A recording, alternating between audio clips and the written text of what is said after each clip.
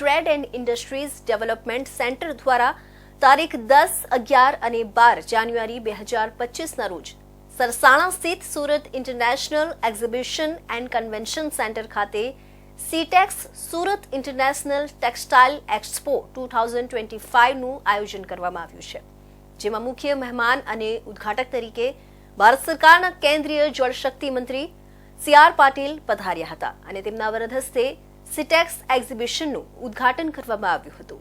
સીટેક્સ એક્ઝિબિશનનો ઉદ્ઘાટન સમારોહ યોજાયો હતો, જેમાં મુખ્ય મહેમાન અને ઉદ્ઘાટક તરીકે ભારત સરકારના કેન્દ્રીય જળશક્તિ મંત્રી CR પાટીલ પધાર્યા હતા અને તેમના વરદ હસ્તે સીટેક્સ એક્ઝિબિશનનું ઉદ્ઘાટન કરવામાં આવ્યું હતું. સુરતના કલેક્ટર અને જિલ્લા મેજિસ્ટ્રેટ ડોક્ટર સૌરભ પારધીએ સમારોહમાં અતિથિ વિશેષ તરીકેનું સ્થાન શોભાવ્યું હતું. આ પ્રસંગે ચેમ્બરના પૂર્વ પ્રમુખ તેમજ સુરત મહાનગરપાલિકાની સ્થાયી સમિતિના પૂર્વ ચેરમેન પરેશ પટેલ પણ ઉપસ્થિત રહ્યા હતા. સીટેક્સ એક્ઝિબિશનમાં મેક ઇન ઇન્ડિયા અભિયાન અંતર્ગત ભારતમાં જ બનાવવામાં આવેલી water jet machine, high speed rapier machine અને શટલ લૂમ વિથ 7 શટલ 4x4 મશીન પ્રદર્શન માટે મૂકવામાં આવી છે.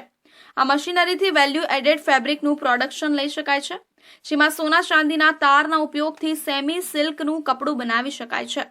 આ ઉપરાંત વેલ્વેટ એરજેટ મશીનરી પણ પ્રદર્શન માટે મૂકવામાં આવી છે. અત્યારે કોરિયાથી જે હાઈ ક્વોલિટી વેલ્વેટની આયાત કરાય છે, તેનું પ્રોડક્શન વેલ્વેટ એરજેટ મશીનરી પર લઈ શકાશે. આ ઉપરાંત ડિજિટલ પ્રિન્ટિંગ મશીનરીમાં ટેકનોલોજી અપગ્રેડેશનને કારણે સુરતમાં હવે ગાર્મેન્ટ ઇન્ડસ્ટ્રીને જબરજસ્ત વેગ મળશે. સુરત ચેમ્બર ઓફ કોમર્સ દ્વારા એમના અધ્યક્ષ શ્રી વિજયભાઈ મેવાવાળા અને એમની ટીમ દ્વારા જે ચેમ્બરની પરંપરા રહી છે એ મુજબ 11માં સીટેક્સનું આજે એમણે લોકાર્પણ કર્યું છે. આ એક નવી શરૂઆત છે. નવી ટેકનોલોજી સાથે આ શહેરના અને દક્ષિણ ગુજરાતના ટેક્સટાઇલ સાથે જોડાયેલા વેપારીઓ કંઈક નવું કરે, કંઈક નવી પ્રોડક્ટ કરે, લોકોને સસ્તી મળે એના માટે, લોકોને ટકાઉ મળે એના માટે અને ક્વોલિટી સાથે આ પ્રોડક્શન બને, એમાં ક્વોલિટી સાથે એની કોસ્ટ પણ કંટ્રોલ થાય, વધુમાં વધુ રોજગારી મળે અને વિદેશમાં પણ એને નિકાસ કરી શકાય એવા ક્વોલિટીનો કામ થાય, એના માટે એમણે નવી ટેકનોલોજી સાથે આજે આ એક્સપો એમણે શરૂ કર્યો છે. ભારત સરકારના કેન્દ્રીય જળશક્તિ મંત્રી CR પાટીલે ટેક્સટાઇલ ઉદ્યોગકારોને સંબોધતા જણાવ્યું હતું કે SGCCI દ્વારા નવી ટેકનોલોજી સાથેની ટેક્સટાઇલ મશીનરીના પ્રદર્શન માટે જે એક્ઝિબિશનનું આયોજન કરાયું છે, તેનો લાભ સમગ્ર ટેક્સટાઇલ ઇન્ડસ્ટ્રીને થશે. ટેક્સટાઇલ ઉદ્યોગકારો આ ટેકનોલોજીના ઉપયોગથી ક્વોલિટી પ્રોડક્શન લઈ શકશે. ઉદ્યોગકારો પ્રોડક્શનની કોસ્ટ ઘટાડી શકશે, જેથી કરીને લોકોને સસ્તી અને સસ્ટેનેબલ પ્રોડક્ટ મળી રહેશે. બોગસ રીતે નર્સિંગનો અભ્યાસ માં કામલ ઇન્સ્ટિટ્યૂટ દ્વારા કરાવાય છે. યુથ કોંગ્રેસ અને NSUI દ્વારા કલેક્ટર કચેરી ખાતે માં કામલ સંસ્થાના વિદ્યાર્થીઓને સાથે ઉગ્ર વિરોધ કરાયો હતો. વિદ્યાર્થીઓની લેવામાં આવેલી ફી અને ડોક્યુમેન્ટ પાછા આપવા માંગ કરવામાં આવી હતી. નકલી રૂપિયાનો વરસાદ કરી સૂત્રોચ્ચાર અને બેનરો સાથે વિરોધ કરાયો હતો. સુરતમાં બોગસ રીતે ચાલતા માં કામલ નર્સિંગ ઇન્સ્ટિટ્યૂટને લઈને વિદ્યાર્થીઓના ભાવિ સાથે છેડા કરવામાં આવ્યા છે. ત્યારે યુથ કોંગ્રેસ અને NSUI દ્વારા કલેક્ટર કચેરી ખાતે ઉગ્ર વિરોધ કરવામાં આવ્યો હતો. માં કામલ સંસ્થાના વિદ્યાર્થીઓને સાથે રાખી વિરોધ કરાયો હતો. વિદ્યાર્થીઓની પાસેથી લેવામાં આવેલી ફી અને ડોક્યુમેન્ટ પાછા આપવા કલેક્ટર કચેરી ખાતે વિરોધ કરવામાં આવ્યો હતો. સાથે નકલી નોટના રૂપિયાનો વરસાદ કરી વિરોધ કરાયો હતો. NSUI અને યુથ કોંગ્રેસ દ્વારા સૂત્રોચ્ચાર અને બેનરો સાથે વિરોધ કરવામાં આવ્યો હતો. ઇન્સ્ટિટ્યૂટ દ્વારા અહીં એડમિશન લઈ બેંગ્લોર ભણાવાય છે. ઇન્સ્ટિટ્યૂટ દ્વારા વિદ્યાર્થીઓના ઓરિજિનલ ડોક્યુમેન્ટ જમા લઈ લીધા છે.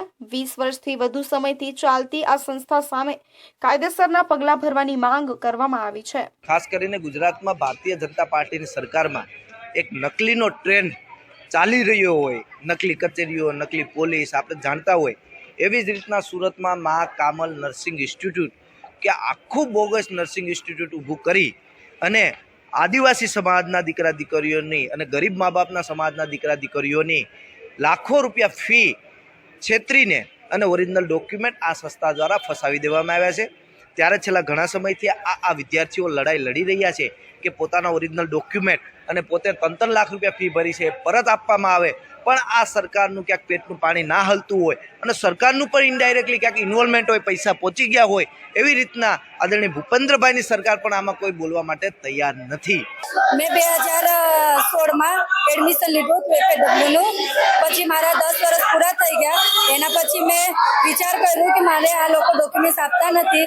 મેં પાસે ડોક્યુમેન્ટ્સ લેવા ગઈ, 40,000 ફીસ ભરીને બી તો મને ડોક્યુમેન્ટ્સ નહીં આપતા. તો પછી મેં GNMમાં એડમિશન લીધું.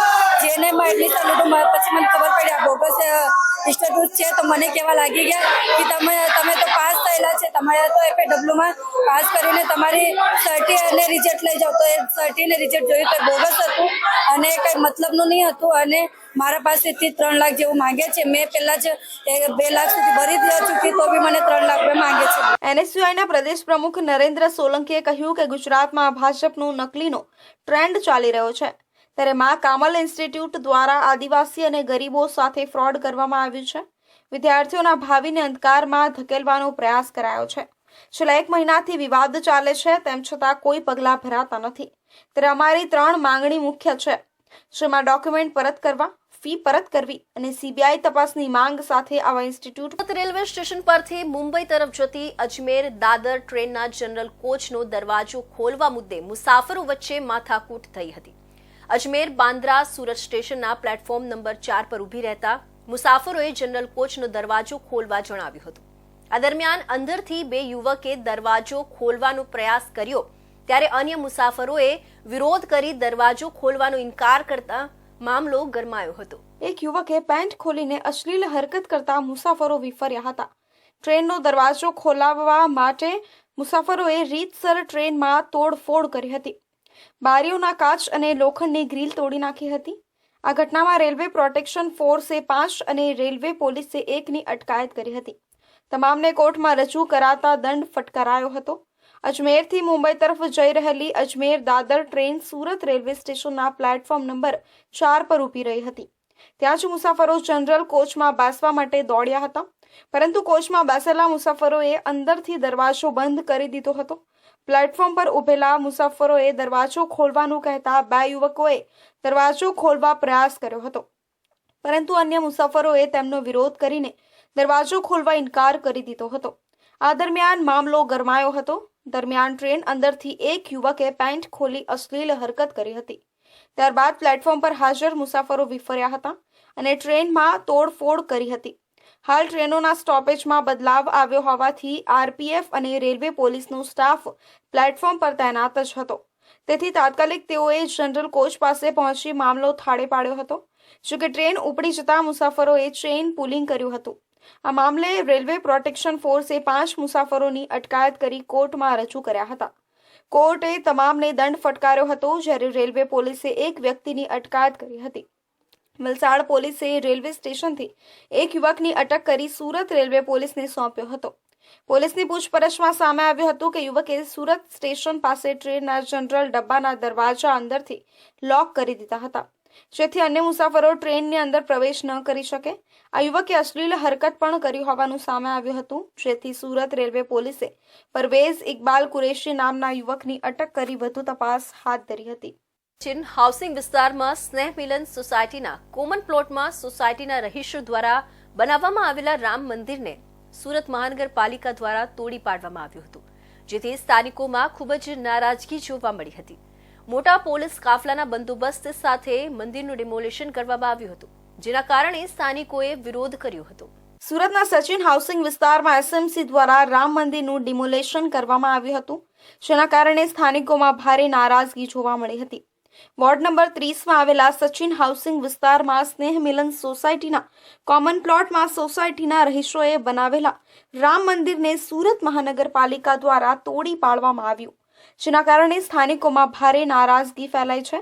મહાનગરપાલિકાએ મોટા પોલીસ કાફલાના બંદોબસ્ત સાથે મંદિરનું ડિમોલિશન કર્યું, જેમાં ACP લેવલના અધિકારીઓ અને સચિન તથા સચિન GIDC પોલીસ સ્ટેશનના PI હાજર રહ્યા હતા. સ્થાનિક રહીશોએ આ કાર્યવાહીનો વિરોધ કર્યો હતો, પરંતુ તેમ છતાં ડિમોલેશન કરવામાં આવ્યું હતું. મંદિર તૂટતા જ મહિલાઓનો વિલાપ અને રુદન જોવા મળ્યું હતું, જે સ્થાનિકોની આસ્થા સાથે ખિલવાડ તરીકે જોવામાં આવી રહ્યું છે.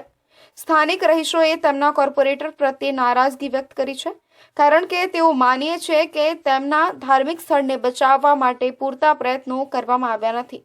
આ ઘટનાએ ફરી એકવાર સુરત મહાનગરપાલિકા દ્વારા લોકોની આસ્થા સાથે ખિલવાડનો મુદ્દો ઉઠાવ્યો છે.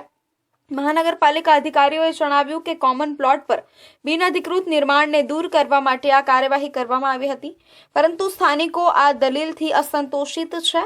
આ ઘટનાએ સચિન હાઉસિંગ વિસ્તારમાં તણાવનું વાતાવરણ સર્જ્યું છે અને સ્થાનિક રહીશો મહાનગરપાલિકાની આ કાર્યવાહી સામે ન્યાયની માંગ કરી રહ્યા છે. સુરત મહાનગરપાલિકા વોર્ડ નંબર 30માં આવેલા સચિન વિસ્તારમાં એક સોસાયટીના કોમન પ્લોટમાં બનેલું રામ મંદિર આજે એસએમસી દ્વારા તોડી દેવામાં આવ્યું. સ્થાનિકોની રજૂઆત છે કે આ મંદિર અમારી આસ્થાનો વિષય છે. આજ ફરી ભાજપના શાસન રાજમાં જ્યાં મોદી સાહેબ પ્રધાનમંત્રી, દેશના પ્રધાનમંત્રી રામ મંદિર બનાવીને લોકોનું સપનું સગાવ્યું, ત્યારે અહીંયા લોકલ એક રામ મંદિર હતું તે લોકોનો આસ્થાથી તમે જોઈ શકો છો એ આસ્થાનો વિષય આજે તોડી દેવામાં આવ્યું. આ મહિલાઓ વિલાપ કરી રહ્યા છે, રુદ્ર કરી રહ્યા છે, તેનું સાંભળવાનું કોઈ નથી. અને સુરત મહાનગરપાલિકા દ્વારા આ લોકો ઘણી વારંવાર રજૂઆત કરવામાં આવી હતી, છતાં કોઈ સાંભળ્યું નહીં. આજે જાણીએ તમને પહેલા શું જાણકારી આપેલી એસએમસી વાળાએ કોઈ જાણકારી નથી આપી. અમારું આ પહેલા પંચાયતમાં હતું ત્યારનું અમારું મંદિર બનેલું અને આ અમારી સોસાયટીની કોમન જગ્યા છે. અહીંયા બધા દારૂ પીને બાટલા લાખે, બધા ગમે તેવા આવીને બેસે. તો અમારી બી બેન દીકરીઓ છે, અમારે બહાર નીકળવાનું. અહીંયા અમે નાનું મંદિર બનાવેલું એટલા માટે કે ચાલો કોઈ બી ભગવાનને પગે લાગે તેવી ખરાબ બુદ્ધિ નહીં આવે. કોઈના બી ભાઈ દીકરાની બી જિંદગી સુધરે ને એની દીકરીની બી જિંદગી સુધરે. એમના પાપના દિવસો ભરાયેલા છે તો ફૂટવાના જ છે, કેમ કે તે વગર કઈ ચાલવાનું છે નથી. બહુ કર્યું અમે અહીંયા. અમે આજે કેટલા બધા 32 વર્ષથી અહીંયા રહીએ છીએ, તો હું કરતા જગ્યા અમે પાડાઈ તો નથી લેવાના, લઈ તો નહોતા લેવાના ને, તો એટલી જગ્યા છોડી દેવી હતી મંદિરની. એ મને કેવું આ તમારી એ કહેવાય માણસાઈ કહેવાય ના. તમે જોઈ શકો છો લોકોની આસ્થા સાથે સુરત મહાનગરપાલિકાએ જેમ ખેલવાડ કર્યો છે. અહીં લોકો વિલાપ કરી રહ્યા છે, રુદ્ર કરી રહ્યા છે, તે તમે જોઈ શકો નહીં એટલું રુદ્ર છે. આજે દેશના પ્રધાનમંત્રી સુધી આ વાત પહોંચે તેવી લોકોની માંગણી છે અને અહીંયા લોકોને ન્યાય મળે. આ મંદિરની મૂર્તિઓ પણ એસએમસી દ્વારા લઈ જવામાં આવી છે. લોકોની માંગણી છે કે અમારું મંદિર હતું જે રીતે ફરીથી બનાવી દેવામાં આવે. કે અમે રવિ વેન્ડે સાથે સુનિલ પ્રજાપતિ, ઇન્ડિયન ન્યૂઝ, સુરત. સામે આવી છે લાલ દરવાજા વિસ્તારમાં અઠવાડિયાથી ખાડો પડ્યો છે. ગટરની પાઇપલાઇન લીકેજ થતા ગંદુ પાણી નીકળે છે. મહાનગરપાલિકાના કર્મચારીઓએ ખાડો ખોદી કામગીરીનો દેખાડો કર્યો. લાલ દરવાજા વિસ્તારના નાગરિકોને જેનાથી હાલાકી પડી રહી છે.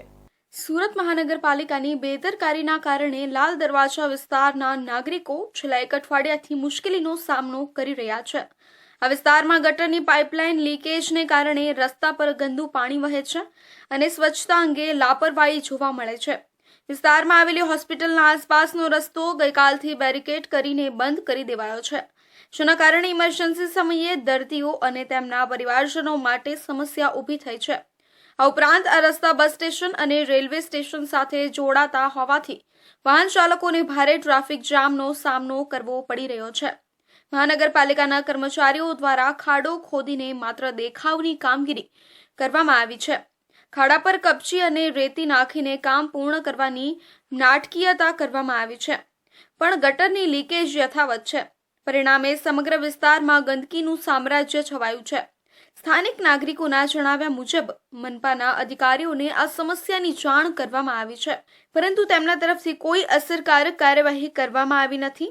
કામ થઈ જશે, કરાવું છું અને જોવડાવી લો જેવા વચનો આપવા માટે અધિકારીઓ મર્યાદિત છે, પણ પાયાનો સુધારો નથી. લાલ દરવાજા ઉનાપાણી રોડ પર જ રહેવાનું છે. ના 1 મહિનાથી આવું છે. એકવાર આવીને જોઈ ગયા પણ બીજી વાર આવ્યા નથી ને એ કહે છે કે મોટું કામ છે તો મોટું કામ કરવા બી નથી આવ્યું. અધિકારી કોઈ આવ્યા નથી. અમે ઉપર બી કમ્પ્લેન કરી છે, ઉપર એવું કીધું છે કે મોટું કામ છે એના હિસાબે અટકેલું છે.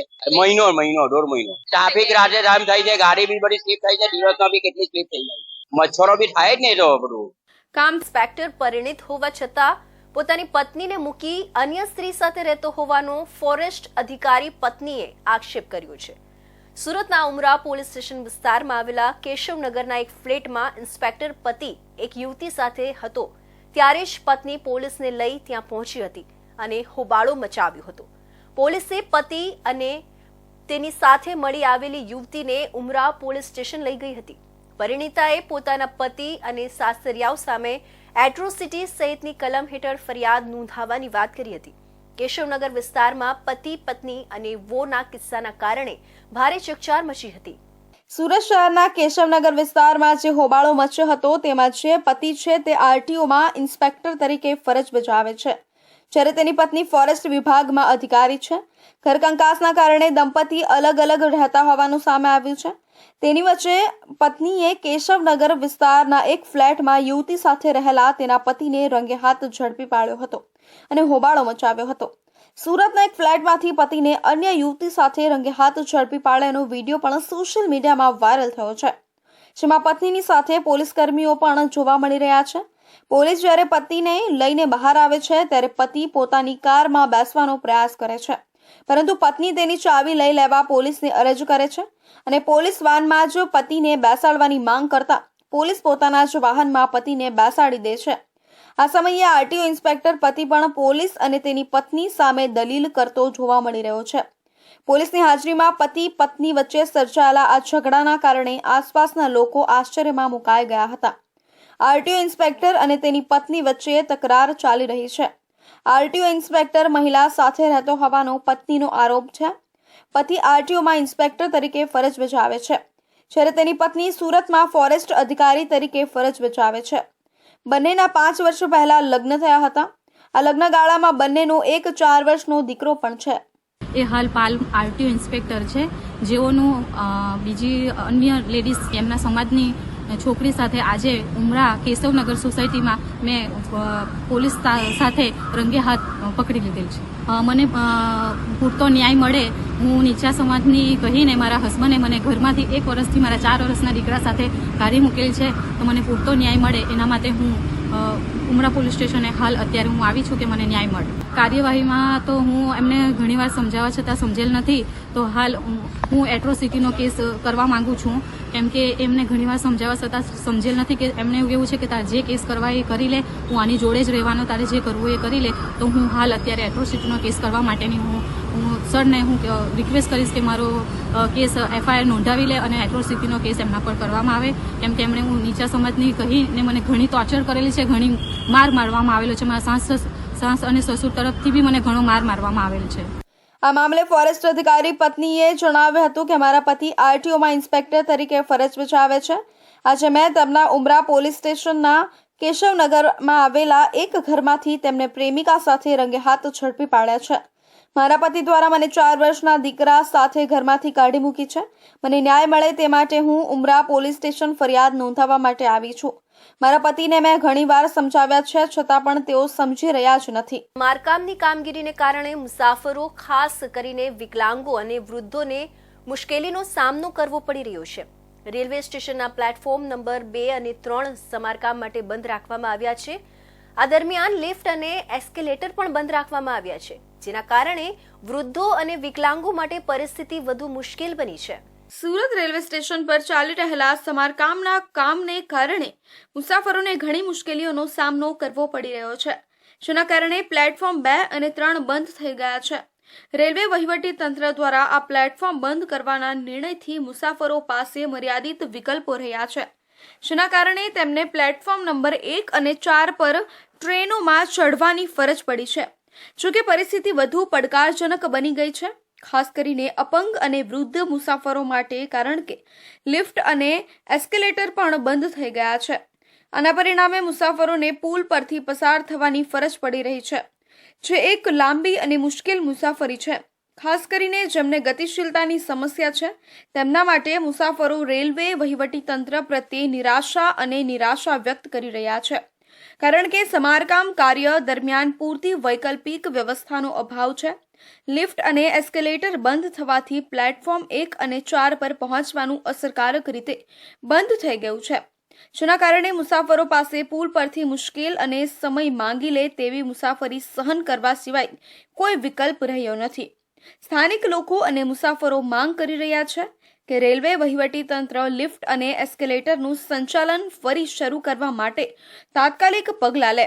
વધુમાં તેઓ મુસાફરીને બિનજરૂરી મુશ્કેલીઓનો સામનો ન કરવો પડે તે માટે સમારકામ કાર્ય દરમિયાન પૂરતી વ્યવસ્થા કરવાની માંગ કરી રહ્યા છે. યોગ્ય વૈકલ્પિક વ્યવસ્થા પૂરી પાડવામાં રેલવે વહીવટી તંત્રની નિષ્ફળતાએ મુસાફરોની સુવિધા અને સુલભતા પ્રત્યેની તેમની પ્રતિબદ્ધતા અંગે ચિંતા વ્યક્ત કરી છે.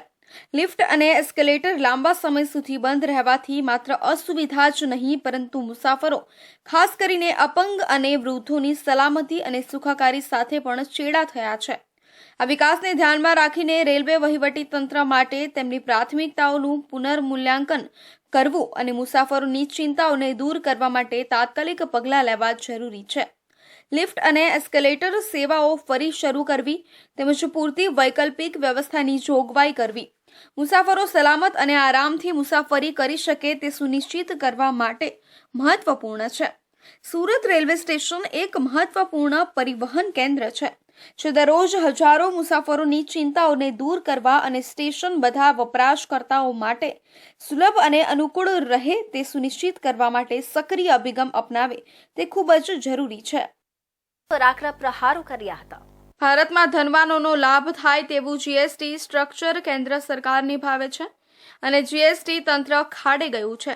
ગરીબ અને મધ્ય વર્ગ પર 97% ટેક્સ લગાવવામાં આવે છે. ખાદ્ય પદાર્થમાં દિવસે ને દિવસે મોંઘવારી વધી રહી છે. ગરીબોનું ભોજન સૌથી મોંઘું બની રહ્યું છે.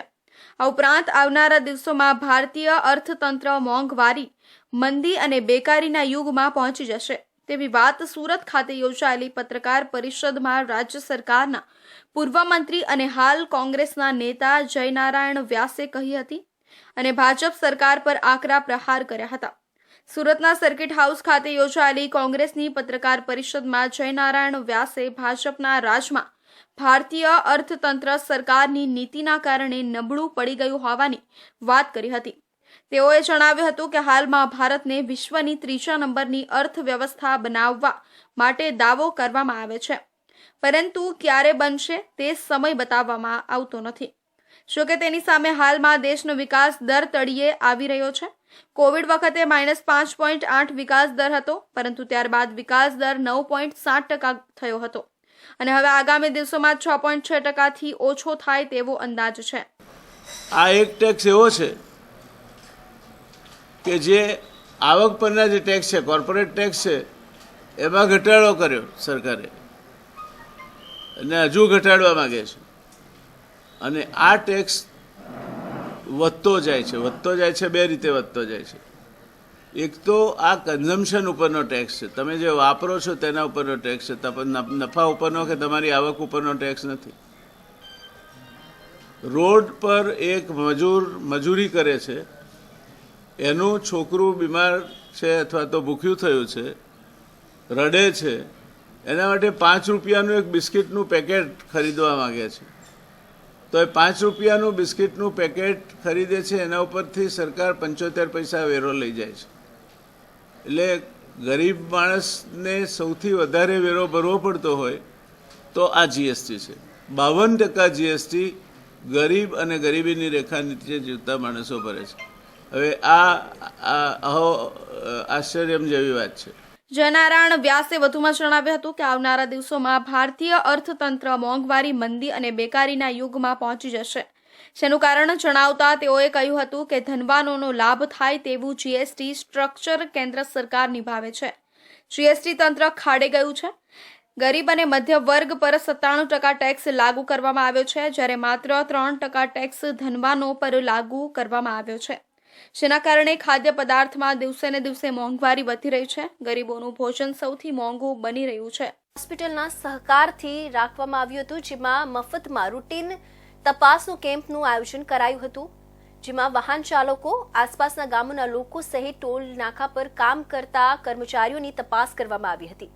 ટ્રક ચાલકો પાસે રૂટીન તપાસ કરવાના ટાઈમનો અભાવ હોવાથી મફતમાં રૂટીન તપાસનો કેમ્પનું આયોજન કરાયું હતું. રસ્તાઓ પર થતા અકસ્માતો કેટલીક વાર ચાલકની નાદુરસ્ત તબિયતને લઈ એટલે કે તેની જોવાની ક્ષમતામાં ઘટાડો કે ડાયાબિટીસ, બ્લડ પ્રેશર જેવા રોગોને લઈને થતા હોય છે. લાંબા અંતરની મુસાફરી કરતા ટ્રક ચાલકો પાસે આવી રૂટીન તપાસ કરવાના ટાઈમનો અભાવ કેટલાક કિસ્સાઓમાં જોવા મળતો હોય છે. ત્યારે આવા વાહન ચાલકોની મફતમાં રૂટીન તપાસનો કેમ્પ કિરણ હોસ્પિટલના સહકારથી સોનગઢ માંડલ ટોલ નાકા પર રાખવામાં આવ્યો હતો. મંડળ ટોલ પ્લાઝા ઉપર નિઃશુલ્ક જનરલ હેલ્થ ચેકઅપ કિરણ હોસ્પિટલને સહયોગથી રાખવામાં આવેલો છે, જેમાં સામાન્ય જાંચમાં જैसे height, weight, sugar, pressure, eye checkup અને શ્વાસ સંબંધી જાંચ કરવામાં આવી છે. એ સિવાય ડૉક્ટર કન્સલ્ટેશનની પણ સુવિધા ઉપલબ્ધ કરાવવામાં આવી છે. સાથે સાથે મંડળ ટોલ પ્લાઝાનો તમામ સ્ટાફ એવં NH53 ઉપરના વાહન ચાલકો માટે આ હેલ્થ ચેકઅપ કેમ્પ રાખવામાં આવેલો છે. એના સાથે માંડલ ટોલ પ્લાઝાના આજુબાજુના 2 થી 4 ગામડા પર એનો લાભ લીધો છે, જેનાથી લોકોમાં એક સ્વાસ્થ્યને પ્રતિ જાગૃતતા થાય. Surat Hazira national highway 6 toll way private limited દ્વારા દર વર્ષે વિનામૂલ્યે આંખ, ડાયાબિટીસ તેમજ બ્લડ પ્રેશરનો ફ્રી ચેકઅપ કેમ્પ રાખવામાં આવતો હોય છે. કેમ્પ દરમિયાન જરૂરી દવાઓ તેમજ મફત ચશ્માનું વિતરણ પણ કરવામાં આવે છે, જેમાં સવારથી મોટી સંખ્યામાં વાહન ચાલકો, આસપાસના ગામોના લોકો સહિત ટોલ નાકા પર કામ કરતા કર્મચારીઓની તપાસ કરવામાં આવી હતી, જેનો લાભ લઈ અહીં આવનાર લોકોએ સંચાલકોનો આભાર માન્યો હતો.